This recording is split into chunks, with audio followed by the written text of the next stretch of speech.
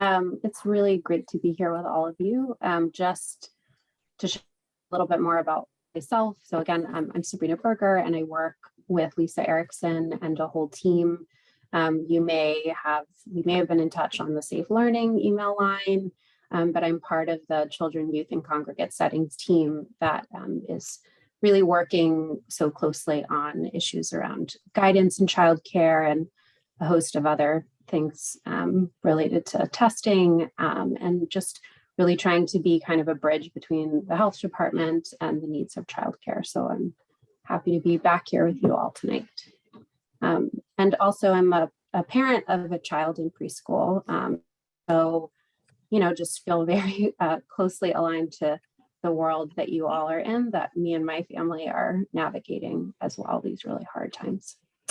Next slide, please. Thanks, Jen. So just wanted to kind of take a little time to go over the agenda for today. We're gonna first spend a little time looking at the toolkit for childcare programs in Alameda County during COVID-19 that at this point, hopefully you all have at least seen, if not, you know, are pretty familiar with. And there's a lot of really great information there specifically for childcare programs as it relates to COVID-19. We're going to specifically look at the parent-family flowcharts, and those flowcharts really focus on what to do related to isolation and quarantine. Similarly, we'll look at a staff flowchart for isolation and quarantine. We have sort of created something to help, you know, think through different quarantine options. We've got a lot of feedback from all of you, from families about how kind of this is a very difficult time to sort of have more choice and how to think about those different choices.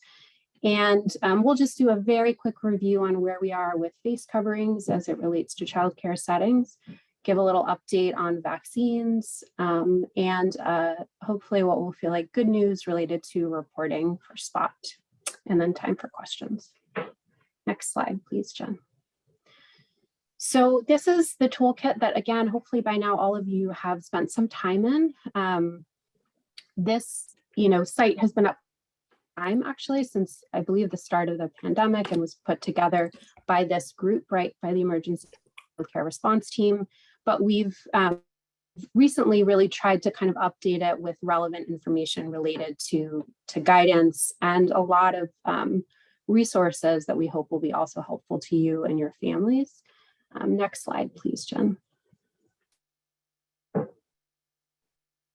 So we want to kind of point you in particular to the page that focuses on COVID-19 positive case reporting, exposure, and testing, because that's really where you'll find a lot of the sort of, I think, the most helpful resources. And a few things just to point out, we do have exposure letters, exposure letter templates that are specific to childcare settings, and those are in English and Spanish and traditional Chinese, so those are translated.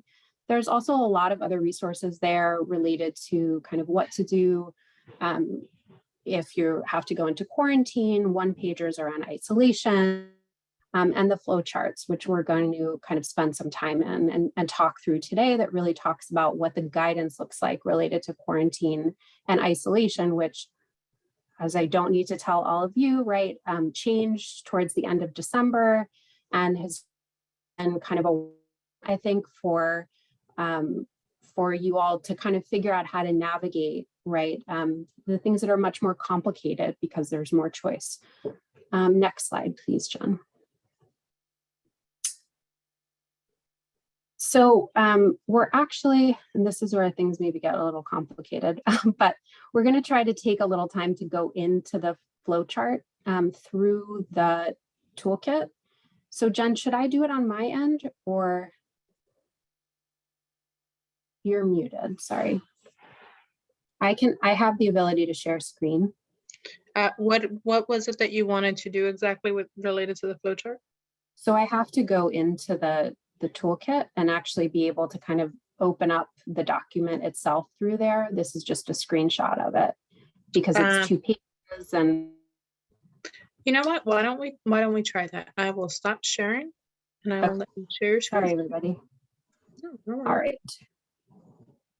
Great. Can everybody see this, the toolkit now? Okay, great. So this is the page that I just, I shared with you. And I'm just going to walk you through a few very brief things to kind of keep in mind. Information about reporting cases is here. This links to Alameda County's page. There's instructions for reporting. The exposure letters that I just mentioned to you are here in English, Spanish, and Chinese. There's different tip sheets around quarantine and isolation. So there's lots of information here. And if you keep scrolling down, this is where you'll find the flowcharts. Okay, so I'm gonna open up.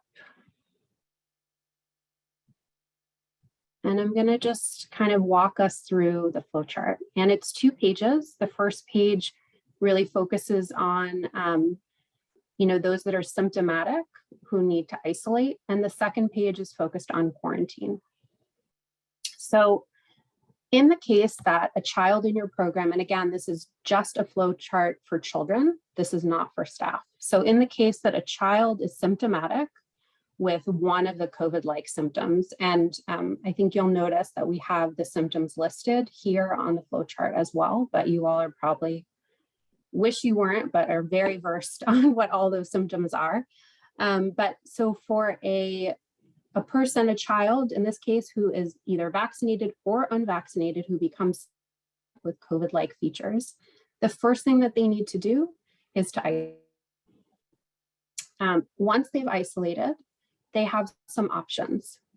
One option is that they can decide that for whatever reason, they don't get tested because they don't have access to a test, because they don't want to test, and they would remain in isolation, and they would stay in isolation.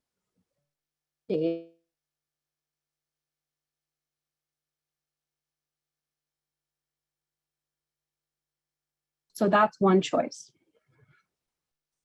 The other option is they have symptoms and they get tested, right? And so depending on the result, there are different sort of steps that have to happen. If they're tested and their test is negative, right, this green box here, then there's sort of a next step to think about, which is, were they symptomatic while they were already in quarantine, right? So they were exposed to someone who had COVID-19 and they're quarantining. So they became symptomatic, they tested, and it's negative. If they were in quarantine, then you would go to the flow chart that we're going to get to later that talks about the steps for quarantine. If they weren't in quarantine, right, they had symptoms, they got tested, the test was negative, then they can return to program when their fever has been gone for at least 24 hours without any use of medication, and their symptoms have resolved, or they feel better, or they feel better. If, Jen, were you going to say something?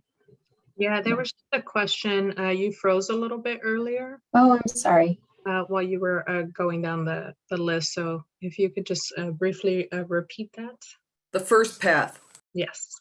The first path. So sorry, everybody. Yeah, feel free to jump in and tell me. Do you mean the remain in isolation without testing? Yeah, okay. So if someone is symptomatic, the first thing they need to do is isolate. If for whatever reason, right, they don't have access to testing, they don't want to test, then they would have to remain in isolation for a full 10 days, and they can return to the program on day 11 when their fever is gone for at least 24 hours without, again, medication, and their symptoms have resolved. Okay, so I'm going to go back to kind of where we were when I stopped before. So in the case tested and the test is positive, okay, this is kind of where things are different than where they were before. So this is everything else that I've described, sort of the way that it was before the guidance changed, but this is really where things start to get different. So if they test positive, then there are really 2 options. One is they have COVID, they either, again, choose not to test or don't have access to a test. And they go back to this column over here where they remain in isolation for the full 10 days. On day 11, if their fever they don't have a fever for 24 hours, any symptoms they had have resolved, they can return to program on day 11. Okay, so that's somebody who tested positive for COVID and then didn't test again, or even tested again, but decided to remain in isolation for the full 10 days, return to program day 11. The other option is to isolate for a minimum of 5 days, get tested on or after day 5, and depending on the result, right? So if the result is negative, then that child could return to program as early as day 6. If they tested on day 5 and the test was positive, then we strongly encourage that they don't retest, that they just complete the full 10-day isolation.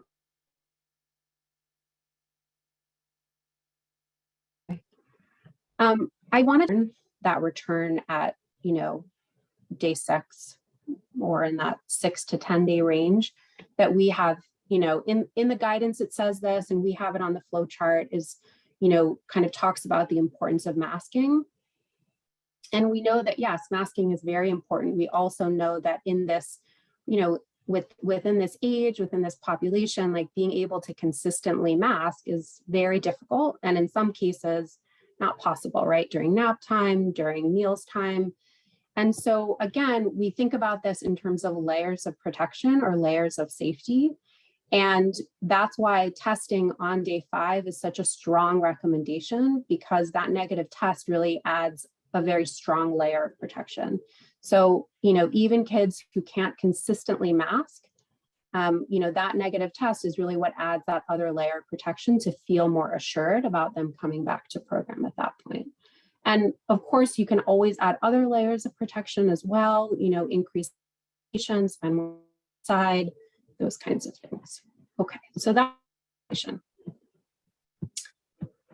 the second piece is really focused on quarantine. And there's 2 major categories, which are vaccinated and unvaccinated, okay? So if somebody is exposed to COVID-19, they need to move into quarantine, right? If they do not have symptoms, then they can test on day 5 or later. And can you guys hear me? It says my internet is, you can hear me okay? Okay, sorry about that. To get tested on day 5 or later. And if the result is negative, again, they can return to program on day 6, right? Depending on when that result comes back.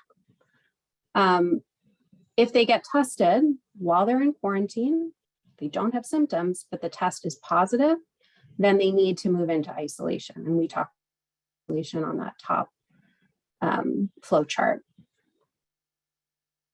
If they have been exposed to COVID, they're in quarantine and they have symptoms, again, they have to go back to isolation. Anytime you have symptoms, you move into isolation. So those are the steps that happen for a unvaccinated child. For a child that's vaccinated, and I know sometimes it can be a bit complicated in childcare because you have mixed and unvaccinated kids, but kids who are vaccinated and don't have symptoms, they can remain in program, right?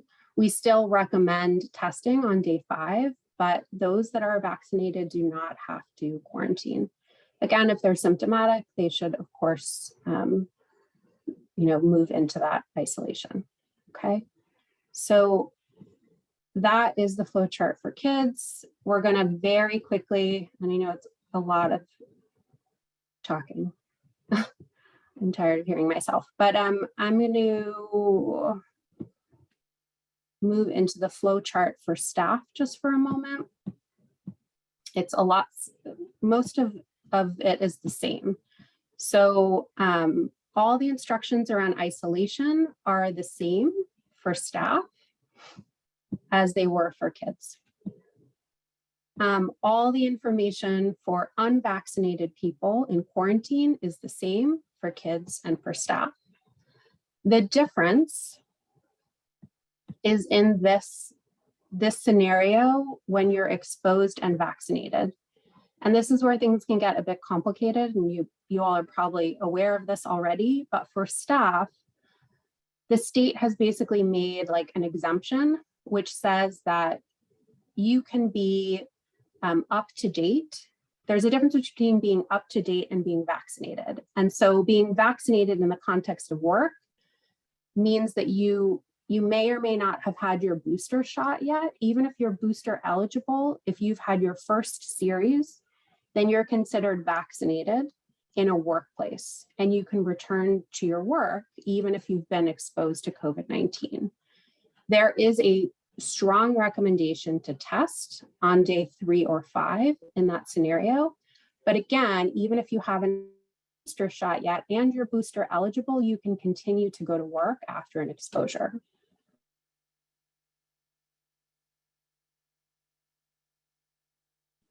If you have had your first series, but you haven't had your booster and you are eligible, then outside of work, you should be quarantining. So it's quite complicated, but that is kind of the guidance both for kids and for staff in childcare settings. So I'm going to stop sharing my screen, and Jen, I'm going to hand presentation mode back to you, and we will keep moving. And Sabrina, while she's doing that, a number of folks are asking about closures. You're going to cover that later. Is that true? Or we can address it in the Q&A? Can you, sorry, I didn't see the question. So what do you mean by closures, Michelle? Like the requirement to close the classroom. Ah, got it. Yeah, there's not a threshold. If that's the question, if not, I apologize, but there's not like a certain number of cases that would determine like a threshold to create a closure. You know, in childcare, as I don't have to tell all of you, it's up to this point, it's pretty different than in the K-12 setting, because, you know, one case in a classroom, and as it stands right now, there's not the option of test to stay, right? There's not kids remaining in their classrooms. So you typically will have to close that classroom down at a minimum of a 5-day quarantine. So it doesn't mean that the program has to close the size of the program, but it may if it's a one classroom program. Okay, Jen, can you go to the next? You can skip this slide, and I think the next one as well. Okay. So as I kind of mentioned before, we really heard loud and clear that it's just gets very, very difficult, right, to think through kind of the differences in quarantine options. So that there's the 10-day and the 5-day. And I just want to acknowledge that we have also gotten a lot of questions, and we've heard a lot of feedback from folks who are really wondering if the test stay option, which exists in K-12 settings, will be extended to childcare. And we were really waiting for the state to release their childcare guidance, but it's hard to know when that's going to happen. And so we are kind of, as a county, we really are the possibility of having that option be available to childcare, whether or not this releases their childcare guidance. So I just do want to sort of put that out there. The purpose of this table, I don't need to go through all the details of it, but I think the thing that's really important is that testing is just kind of the central consideration in all of this. So if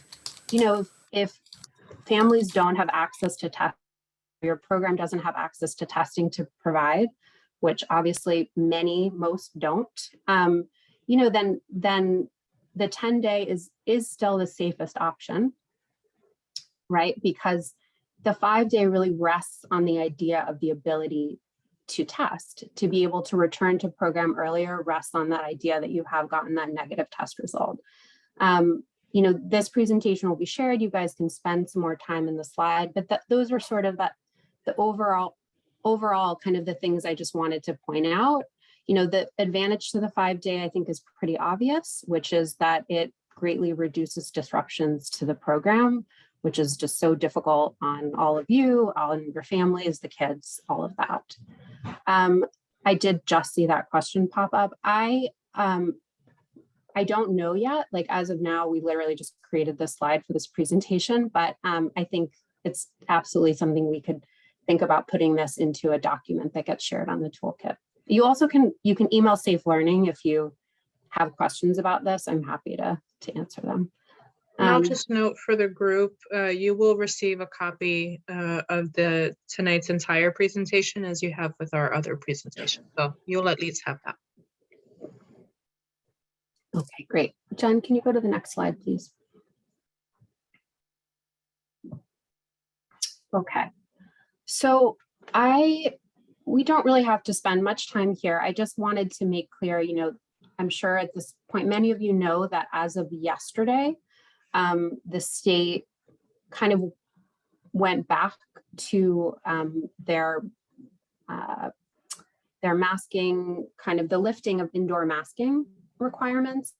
Alameda County has aligned with the state, which means that, you know, in the general public, people can be who are vaccinated, do not wear masks in indoor settings. But I just wanted to be really clear that there are certain places where that exemption does not exist. So K-12 settings, childcare settings, right? In childcare settings, everybody has to continue to be masked indoors, regardless of vaccination status. So that has not changed. And just to be perfectly honest, I know there's a lot of conversation about that potentially changing in K-12 environments, but we haven't heard anything related to childcare that would lead us to believe that that could be changing soon too. Next slide, please, Jen. Okay, so again, many have heard, but unfortunately, you know, we were all kind of revving up for what we thought was the soon to be release of the under 5, the vaccine for 6 months to 4 years and 11 months. But the FDA has decided that they want to wait. This vaccine will be a 3-dose, different than the other previous doses. And they basically, from the 2-dose, the data that they had collected from 2 doses, that it just wasn't really effective enough in protecting kids from COVID. And so they are waiting for the data to come in related to a 3-dose. And we don't know exactly, excuse me, when that data may be presented. Dr. Locke, who some of you may have been on calls with, who we work with very closely, she seemed to think that by the beginning of March, we would know more about the timeline. We're hoping, fingers crossed, that by April, they may be presenting, but right now we really just don't have a set timeline. Next slide, please. Okay, so I'm just gonna give you what I hope will be a brief kind of update around reporting. Next slide, please, Jen. So up until this point, we have been asking for single case reporting. And, you know, just in the last, probably for the last 2 weeks or so, we have changed that reporting requirement. And I also just want to say, I know we've heard this a bit, that we did meet with folks from licensing and we communicated this change to them as well. So I know that some of you have heard from license that you've been told you have to report single cases. We're really hoping that this kind of clears up some of that confusion.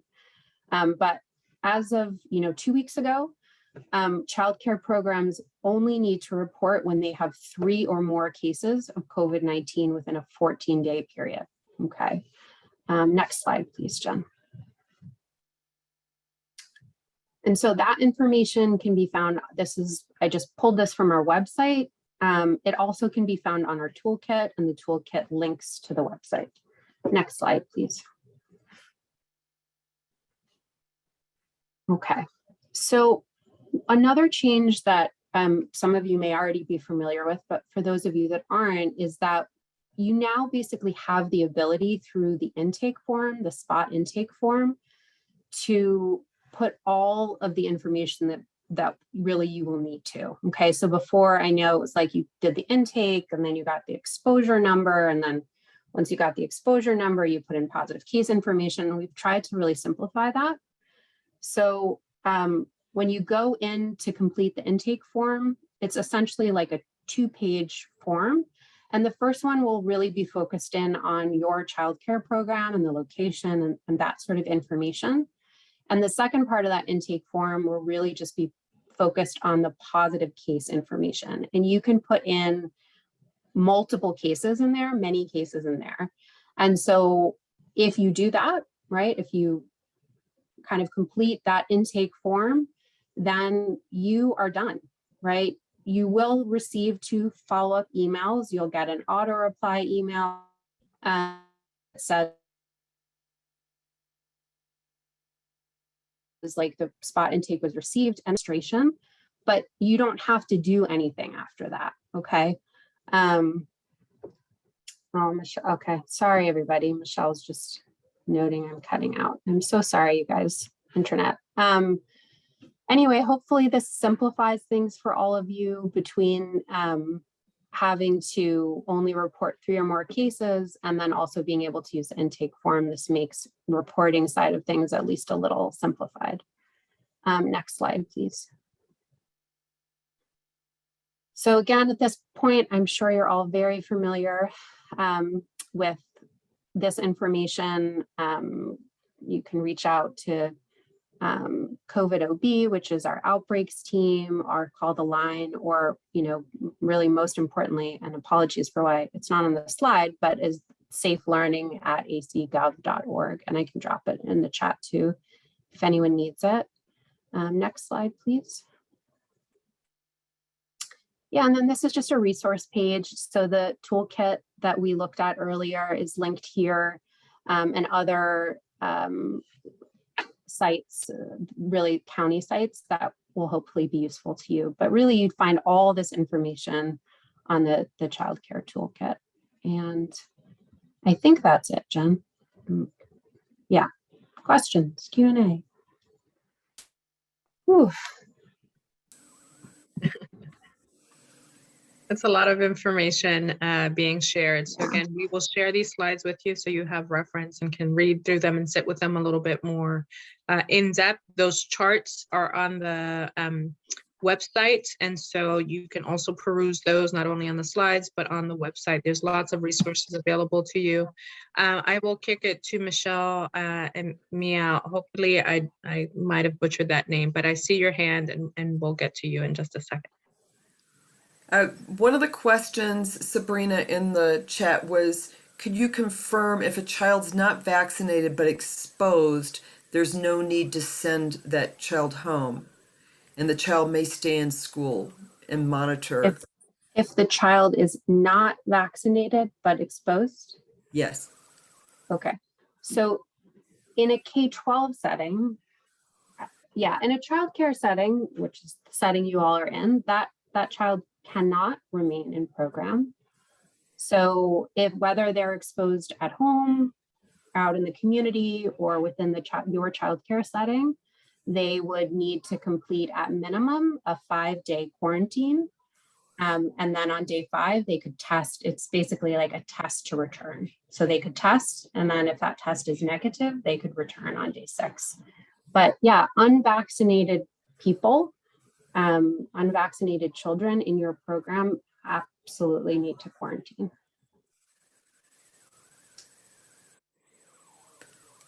Do you want to, Jen, you want to get Mao's question? Yes. Meow, do you want to unmute and share your question with the group?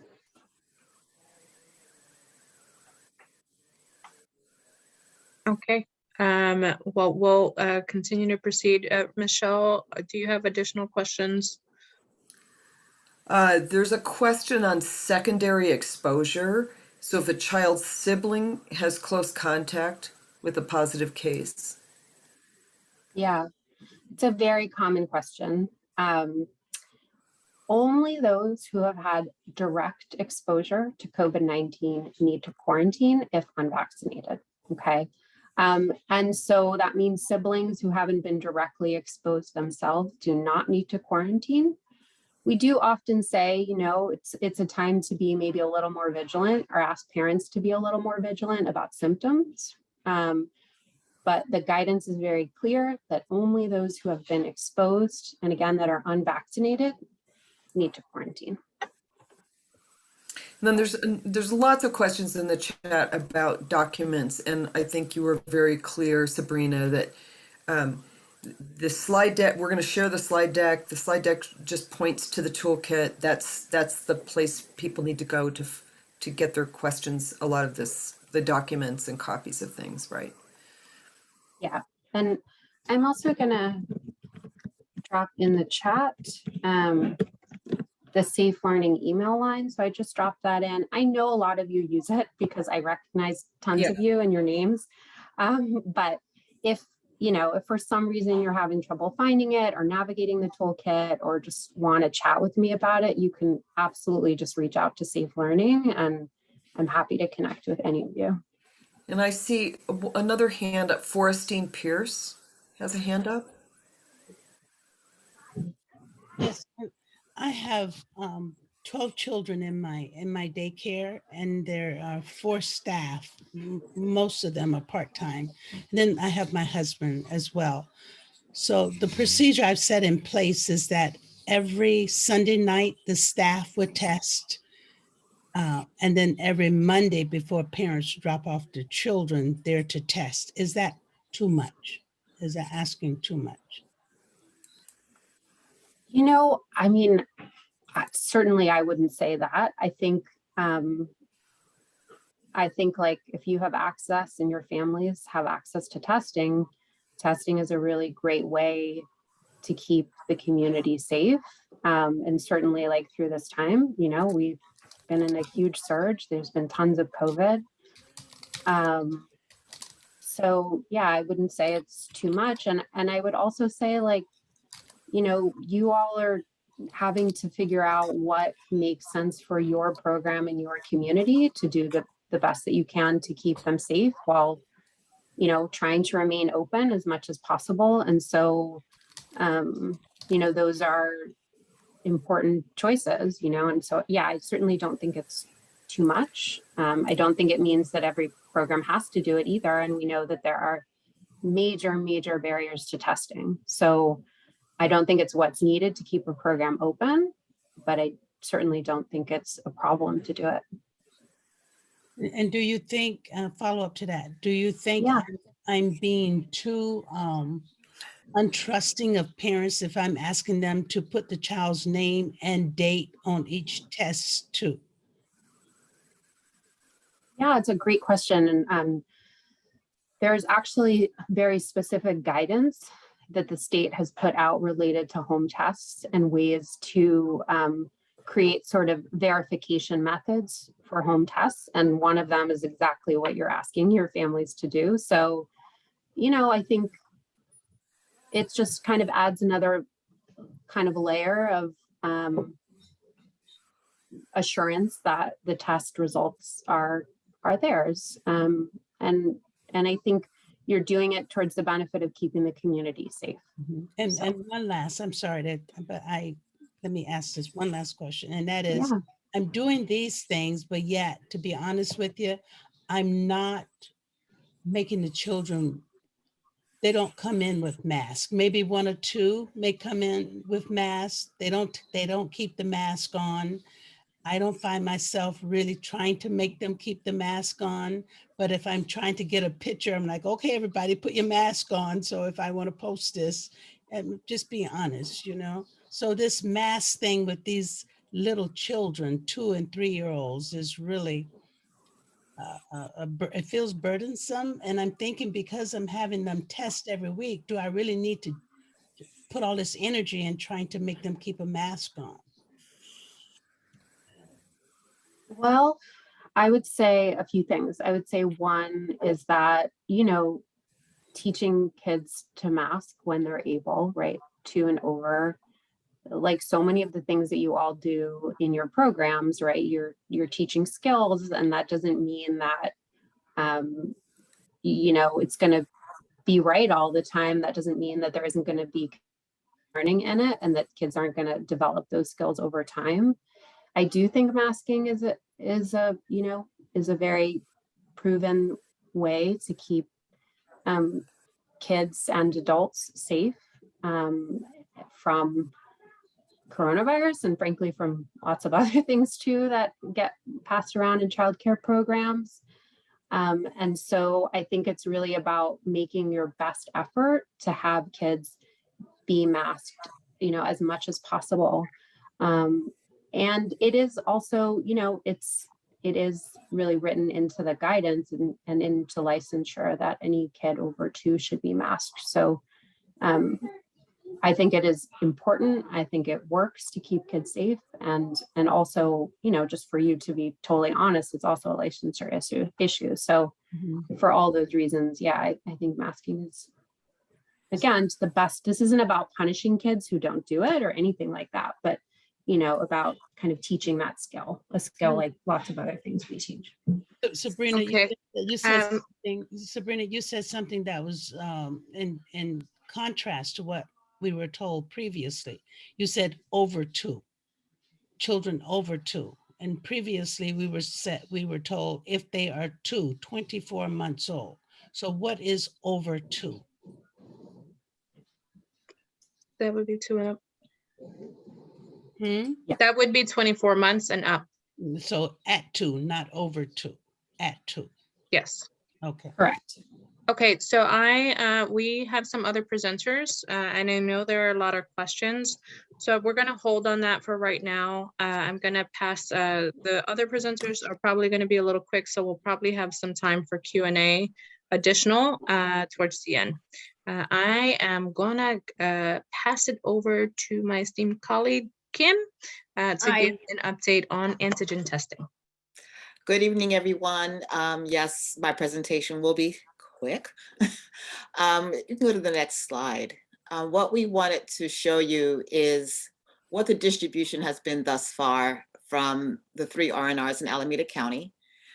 First, I just want to acknowledge the frustration that all of you I know feel about the availability of tests, and we do too. We know it's what you need. It's the tool that you need in your toolbox.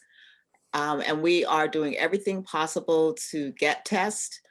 All of us have ordered tests from various resources, and some have shown up. I think we're still waiting on a couple of other shipments.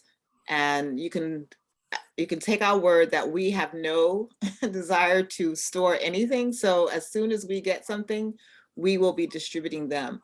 So we just put this graphic together to share with you what we've received thus far and what's been distributed.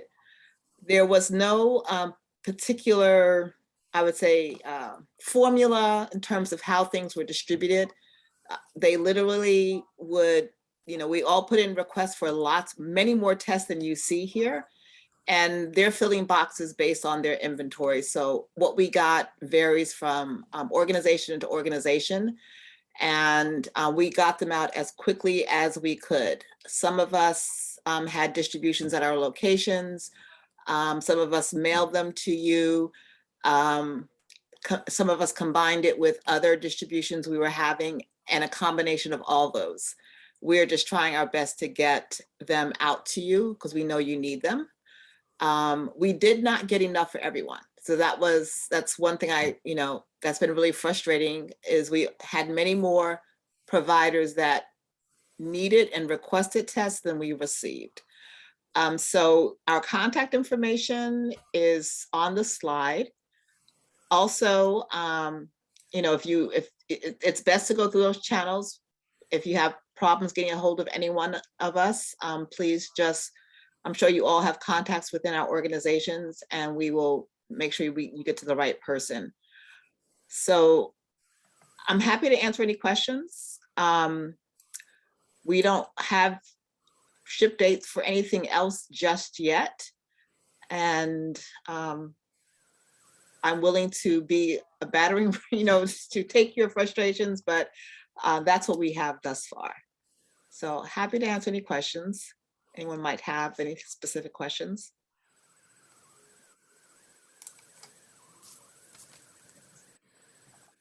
I think the other thing that I want to flag is that the agencies do have, so for those who've requested and might not have yet received, they still have an ongoing list. They know who submitted a form and has not yet received their test. So, as things come in, they'll continue to distribute. Yes, we'll be working off of the wait list and trying to make sure that everyone gets the test that they need. And encourage your families also to take advantage of the 4 tests per household. I forgot the actual number. Get them from all sources. So there's 2 questions. So Letitia, hopefully I pronounced that correct. The contact information for the resource and referral agencies will be shown a little bit later. So you can certainly contact them to verify that they've received the information. And then there's a question from Zen. Do we need to apply for the PPE supplies? So the information that's on this slide, all of these are email addresses: info@4c-alameda.org, providers support@bananasbunch.org, and hello@beehively. Those are all email addresses that you can find out if you're in fact on the list. As far as PPP, each of us have been putting out newsletters, e-blasts about availability, and asking, if you want kits or if you want if you want PPE to let us know. So if you haven't somehow missed one of those outreach mechanisms, please do call us at these, or I should say contact us at these email addresses. Thank you very much, Kim. Appreciate that. And then forgot that's my question slide. I'm going to pass it over to our esteemed Michelle Rutherford to talk a little bit about the infrastructure grants that will be available from the state. So the state has announced a request for application for minor repair and renovation, and there's another grant program coming up soon. So we're just going to talk a little bit about those. So the grant that's out right now is $100 million statewide for minor repair and renovation and modernization. It is money, it's federal money that's kind of disaster related. So there's an emphasis on disaster related items that you might request support for. And it is intended to preserve, enhance, or expand existing childcare spaces. And then later in the spring, there will be major new construction and major renovation. That the requirements for that are really shovel-ready kinds of projects. Folks would have needed to been in the middle of their project to be prioritized. But you can read about both of these programs on the state's website, and we are going to share those links for you. Next slide. So for this minor repair and renovation, the application opened on February 7th. There was an informational webinar there was one for centers and one for family childcare, respectively, on Tuesday, this last Tuesday. And there are recordings of the webinar that will be shared on the state website. As of earlier as of last night, they weren't there yet, but we're looking for those, and you should check the website. The minor renovation repair closes on March 25th at 11:59. I wouldn't wait till 11:59 to apply. I would apply far before that. And then the final awards come out in September.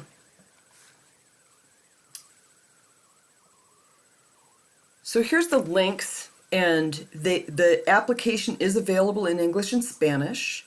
We are very frustrated it's not available in Chinese.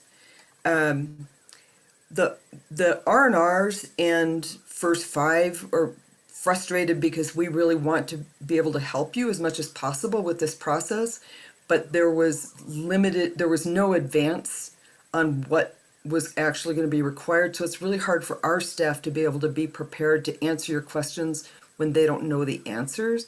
So we're kind of huddling to think about how we can best support you through the process. First of all, understanding this website and that it is a good resource for you to find it, get your questions answered, get on the CDSS list for announcements and updates about this and other things. And then there's these links to the actual webinar slide decks that are available. And if you just go to their website on this repair and renovation, you'll see lots of places to just track ongoing questions and answers and information related to the grant. But it's pretty straightforward, except that it will take you time, and you're going to have to upload your documents through the state portal. And so you need to be prepared to do that, and you need to have your license number ready to submit. And this is a grant. It's not a loan. You don't have to repay it. They do require you, because it's federal money, you have to sign up at this federal SAM site. That's instructions are in the RFA. I would do that early, and then make sure that you get the confirmation that you've done that, because that's one of the requirements in the application. If there's any part of your application that isn't complete, they're not going to consider it. Again, it's 100 million sounds like a lot, but it's not a lot statewide. There's on page 7 of the application, it goes through exactly the kinds of things that you might apply for. So it could be everything from replacing carpets to a stove, other kinds of like exterior repairs. Those are all allowable things, but there's a set of priorities, and then a second set of priorities, and a second set of priority, a next set of priorities. And I would encourage you to frame your project to meet those priorities, because that's how they're going to filter and sort of judge like who to consider and who not to consider. On the webinar, the state was encouraging providers to apply and to not get frustrated, and we know it's a lot to do given what you're already facing. But I gathered from the state leadership, from Lupe, that they want to see a big response, because it puts them in a position to argue for additional resources and to really understand what the unmet need is out in the field. And so they're really encouraging applications. You have to have been licensed before August 1st of 2021. And then First Five is looking at ways that we can support you with data that, like one of the priorities is being in a desert, and we just did the needs assessment that shows some of the desert locations in the county. So we are looking at how to get that information shared with the R&Rs and with you, so that if that's something that's useful for your application, it could be helpful. So we also have the first 5 has just, we had wanted to do it a few weeks ago, but we knew you were all in the midst of Omicron, and so held off. I want you not to get confused between the difference between this survey that we're putting out for the needs assessment of our local facilities needs and the application the state has. We have had a great response so far, and we really encourage everyone, it's kind of for similar reasons, like what are the facilities needs that we can argue for state resources for, federal resources for. Hopefully, we have Measure C on the horizon, and this facilities would be a possible use for those funds. So far we've had 181 FCCs apply or submit their surveys, and 71 centers. So we really want to make sure we reach as many providers as possible. Next slide. That might be it. Oh, so these are just copies of the flyers.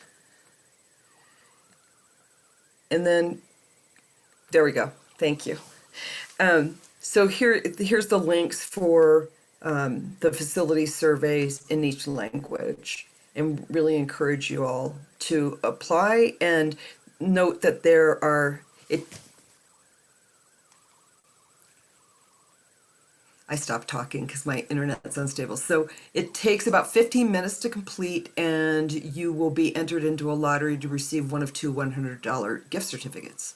So hope that encourages you for taking your time. And show me the money, honey. Yeah. Any questions about? Yeah, so there were some questions in the chat related to the RFA application. And is it required for you to have subsidized children in order to apply for it? It is not required that you have subsidized children, but there is going to be a priority for the more subsidized children you have, the higher the consideration will be.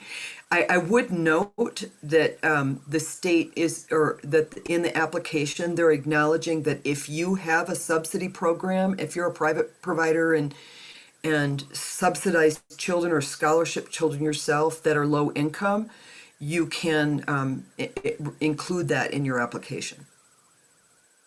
The other question was just about new construction of a childcare school building. Is that included in this application, or must the new construction be on the site of an existing childcare center site? This is for renovation repair of existing sites. That next Right. round Mm-hmm. will be for new construction and expansion, and that could be addition to your current site or a new site, or it could be like a family childcare provider moving from small to large. The teacher says, I read it says that we have to serve low income families. So what does that mean? So the income standard is the 85th percentile of the state median income. And I don't have that off the top of my head, but we can make sure that we share that out with the slides, etc. after this. And we'll include that when we're putting together. I mean, we are thinking of doing sort of zip code profiles, so that if you work in a certain zip code, you'll know like what is the unmet need for subsidized children in your zip code and that kind of thing. And okay. Oh yeah. Can we use the funding to buy a house? Not from this round. You cannot. This is really for minor repair and renovation. And the instructions for the next round aren't out yet, so we don't really know the answer to that question yet. Okay. Thank you for that. I'm going to pause just 1 second because I know that we are over time. I want to do some housekeeping things because I want to make sure we honor that. We can stay just a few more minutes just in case. This is for your resource and referral agencies. So, when we're talking about antigen testing and the PPE supplies that were made available through the state that are slowly coming in, this is how you will contact those agencies. The emails were also listed earlier. Okay, so you have that information. And then while the website was put in the chat, this is also a shortcut. I know it's a little bit longer. It's the only reason why. You can use this bit.ly, which is just a shortened version of the website, to access it. And again, you'll have that link available to you when we share the slides to you. So we'll be following up from that. Okay. I'm going to pause. How about some folks who have questions? If folks are available, we'll take another 5 minutes and then kind of wrap up. So if you want to unmute yourself and share your question for either Michelle, Sabrina, or Kim, please do so at this moment. Hi, my name is Catherine McIntosh. And I am wondering about the test to stay. Can I get clarification on that? Is it not allowed for childcare centers or it is? Yeah, great question. And I realized I brought it up, but I didn't explain what it was. So test to stay is an option that as of right now is available in the K-12 setting. And has not, by the state, it has yet to be extended to childcare. And what that option means is that in the K-12 setting, kids who are unvaccinated, who are exposed to COVID at school, so this is only for in-school exposure, have the option to stay in school as long as they test. And the cadence, meaning the time for when they test, kind of can be usually within a 3 to 5 day window, but the state has even moved to say that if you do weekly testing, that is totally allowable also. So as of today, that's not an option that's available to childcare programs. We hear loud and clear that many of you and families have been advocating that they would really, really like to see this option available for childcare programs because of just the huge burden of disruption, right? That every time there's a positive case, everyone who's been exposed has to quarantine for 5 days at minimum. And so this would basically be an option that would allow kids to remain in childcare as long as they were able to test following an exposure. And again, as I said before, it is something we are looking at as an option that would be available in Alameda County for, childcare programs, even if the state doesn't release new childcare guidance. So that is something that we're exploring right now. So I know there's just so many inferences. So what you're saying is, as of right now, no, but it's an option for later. I would say as of now, no, but it's an option that we're exploring, and that it is possible that, that will be an option soon. I certainly wouldn't say it will be an option later, but it's definitely a possibility. And I'm sorry, I know this is it's an answer, not answer, but it's not my decision. And so I feel like I can't say any more than that. I know that it's a discussion that's happening internally within the health department. Thank you so very much. I appreciate it. Have a good night. Yeah. Thank you, Catherine. We'll take Maria and then we will have to wrap up for our session today. And I apologize. Thank you so much, ladies. My question first is that for applying for the grant, if I can apply for a few things, like for example, I would love to get a sink outside so the kids can wash their hands and it will be easy for them. And then the other thing, if I can have different things, like for example, the sink, and then replace the floor where they're playing. Can I do multiple things Yes. or no? Okay. Yes, within the, I forget what the funding limit is off the top of my head, but they described like you would have to get bids for your projects and that to make sure you're getting separate bids if it's different contractors. Oh, great, because that's what I was looking for. And also the grass, when they're, because of the situation, so we let it dry because of the water. And then I would love to put some grass back to them so they can play. So those are my three things that I would love to apply. First, my priority is the sink outside. I think because of the COVID and everything, it will be much safer for them to have to wash their hands when they're playing Yes, outside. and because these are related to disaster relief, defining it as COVID has made it more, important that you have that access like that. I would spin that way. Yes.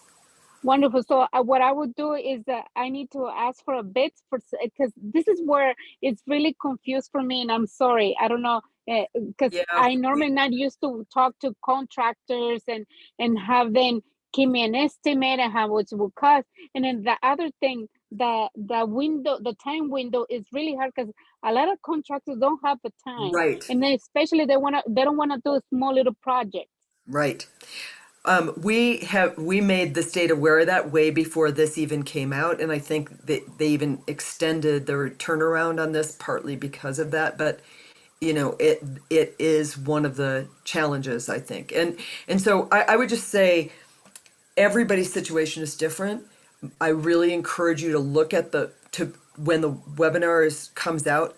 A lot of those questions can be answered through watching that webinar and through their slide deck.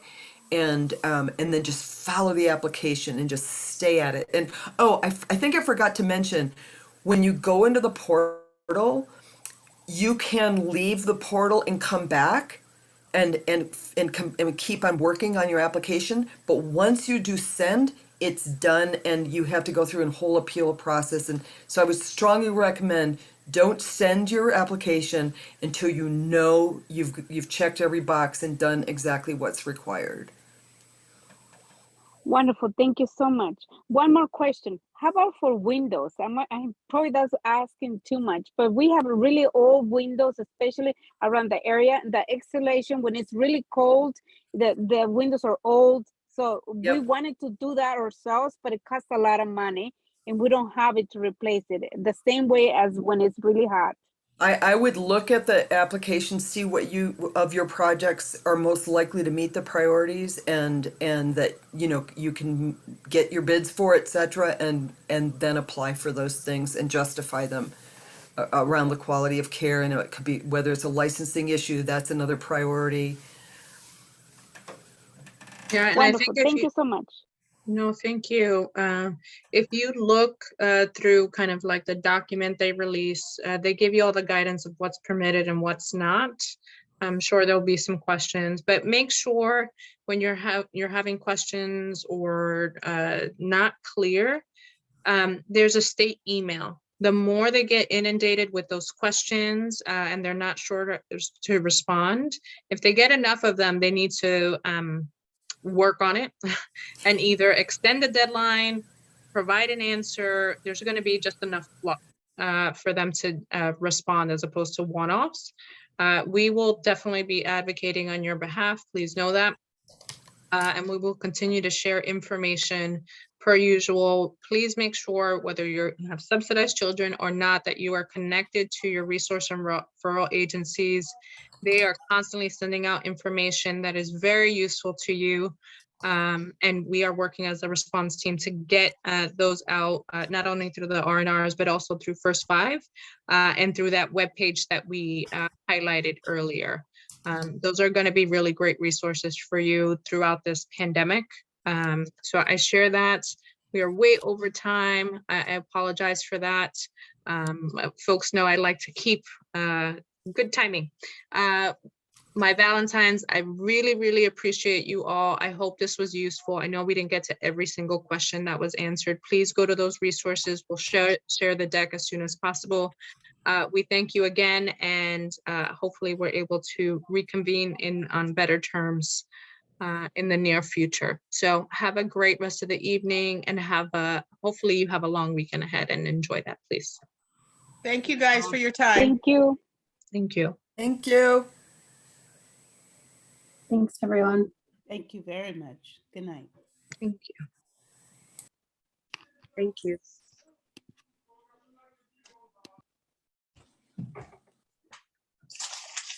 Rowena, can you just make sure that our chat is saved? I will. I appreciate it. Buenas noches. Buenas noches. Gracias. Noches.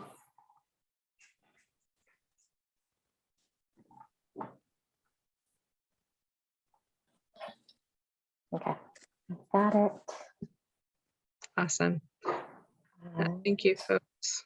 And I will see you next week, same time, same channel, or maybe. All right, have a good weekend, y'all. Good night. Night.